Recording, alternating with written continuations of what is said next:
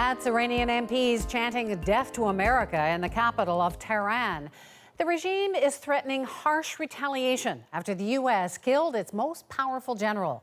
His death marks a significant escalation between Iran and America. And Donald Trump ramped up the rhetoric on Twitter, writing in caps that Iran would be, quote, hit very fast and very hard if they retaliate. And right now, about 3,000 American troops are on their way to the Middle East as reinforcements. One thing is for sure, any war with Iran will not look like the Iraq War.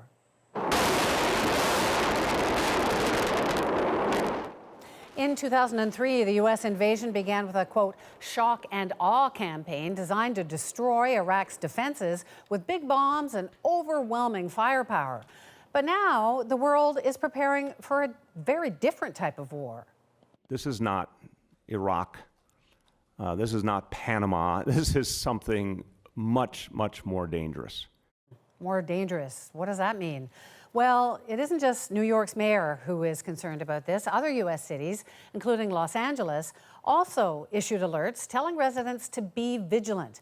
One of the ways Iran could retaliate is a full-scale cyber war. Former NATO Supreme Allied Commander Admiral James Stavridis, who's actually been on this program, says it's what he worries about the most. And it's been building since 2007, when it's widely accepted that the U.S. launched a massive cyber attack on Iran's nuclear program, fearing it was trying to build nuclear weapons.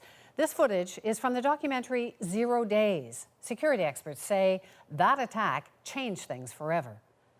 Somebody just used a new weapon, and this weapon will not be put back into the box.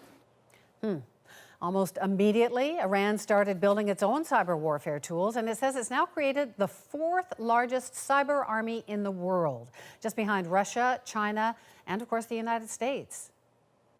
And it's been flexing those muscles ever since, with attacks on banks, casinos, and even power grids.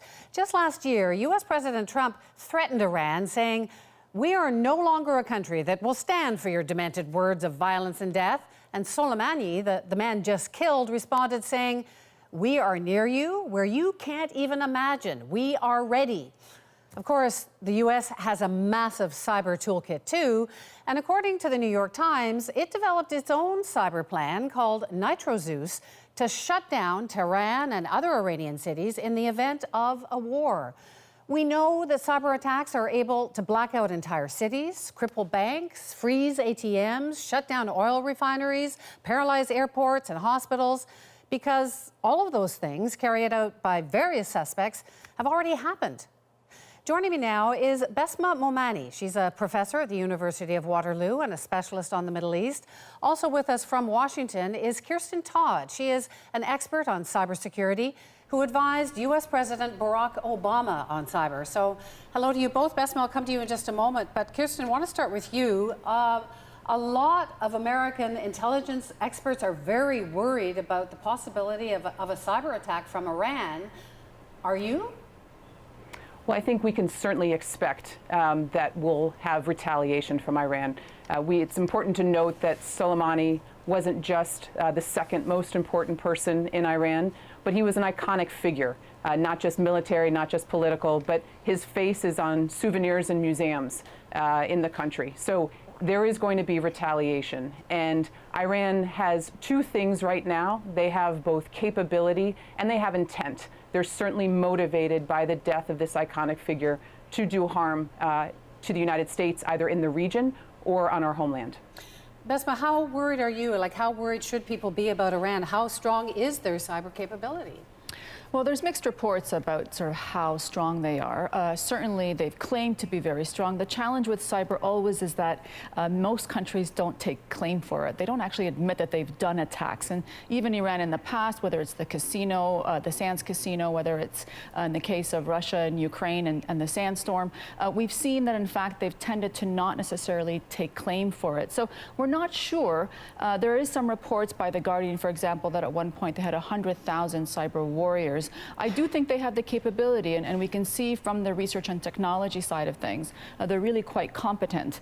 Of course, as Kirsten noted, they have the intent and they have the motivation now, which is really sort of the important point of this all. But they'll want to stay below the threshold of culpable deniability. I mean, that's really the way the Iranians work.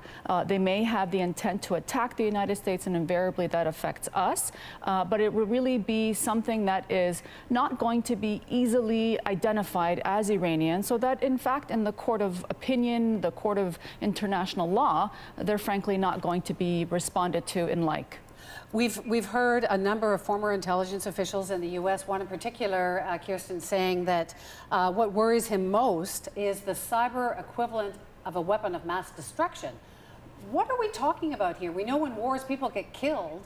In cyber, are we just talking about taking out military installations, or are we talking about things that affect civilians as well? So the challenge with cyber is that there's not a one-for-one with what we know in the physical world. Cyber events, cyber attacks have no boundaries. So the damage that we're looking at is an interesting perspective right now, because to Besma's point, it's going to be interesting to see if they want deniability, or if actually they do want to take credit because they feel the need to have retaliation against the United States. And so what we'll be looking at are both data destroying wipers, where they wipe out computers, but we're also seeing activities from Iranian hackers called APT-33, or Refined Kitten, where they're looking at our industrial control systems. And they're not just looking at the systems themselves, but they're looking at components of the systems, opportunities for ingress into our critical infrastructure. And so what I'm more concerned about is a widespread attack across critical infrastructure, both on the homeland and in the region, and something that won't necessarily have immediate fatalities, but will cause disruption and destruction that will certainly harm our society. Besma, the mayor of New York, Bill de Blasio, was saying that if this happens, if this escalates to a full war, it'll be like nothing we've seen before. We sort of share an infrastructure with New York. If New York's attacked, are Canadians in trouble? Yeah, so much of our critical infrastructure is intertwined, particularly when we're talking about electricity. Some of the energy sector is certainly connected as well, whether it's gas and oil. All of that is very worrisome, absolutely. And remember here, electricity really is the backbone of everything that we do. So you can imagine a blackout scenario is really devastating. But the real key thing is, will the Iranians want to hit us directly? They've tended not to do that, particularly because they don't want to be, again, face the wrath of the United States. The U.S. is still far more competent than the Iranians on conventional, on cyber, on all aspects of war. So it's really about trying to balance that. And what's our red line? So far, Trump has made it very clear: don't kill American citizens, don't, hit American sites, particularly military and political installations. Does that apply to critical infrastructure? That's the big question mark. We've seen red lines stated and crossed before. Kirsten, what's the timing on this? I mean, should everyone be just waiting now, or how long does it take to mount a cyber attack if something like that's going to happen? Well, I think it's important to recognize that Iran will be in this for the long game. So I don't think that we'll see anything in 24 hours, 48 hours. It could be weeks, it could be months, it could be years. This will be a deliberate, calculated attack. I think it's also quite possible that it's sequential or simultaneous, but it's not something that's going to happen overnight. But I do want to say, on the flip side, the Iranian capabilities and what we're preparing for is absolutely something the United States has been preparing for quite a while. Certainly since Stuxnet in 2007, when the Iranians started developing their cyber capabilities. We have our own tactics and tools and awareness of what they're doing. And so as a nation, we're prepared. It doesn't mean that we're going to be able to prevent everything, but we are certainly on high alert and certainly ready to respond. Besma, last point. I mean, does Canada get pulled into this? We know that last year the law was changed to allow Canada to participate in cyber attacks, counter cyber attacks perhaps. We've just joined this group in NATO that is researching possible future attacks. I mean, will we get drawn in? Will Canada be part of this if it happens?